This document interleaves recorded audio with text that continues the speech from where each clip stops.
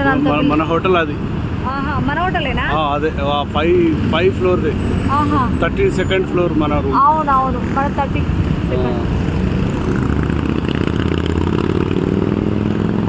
ఇది Novotel hotel హైదరాబాద్లో కూడా ఉంది.